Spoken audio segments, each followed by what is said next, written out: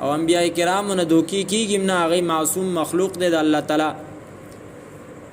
خو بیا هم داغو تابعدار بسې یو کس به داسې به چې د هغه به یو قسم ملګری نه.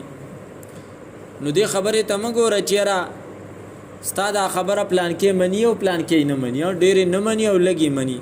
دغه خو د حق نشانی ده چې اکثریت د خلکو به حق خبره نه مني، لږ خلک بیا چې دی نو مني.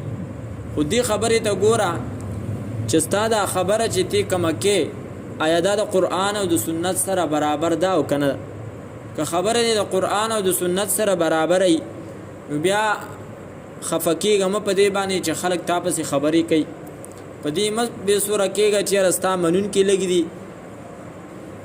که چېرته ستا تابعدار ډېري په دې نن سبا دور کې چې ورته وایي ستا فالور ډېري، خو بل طرف ته چې کوم دی نو خبره دې څه ده، خبره دې غلطه ده، د ګناه ده.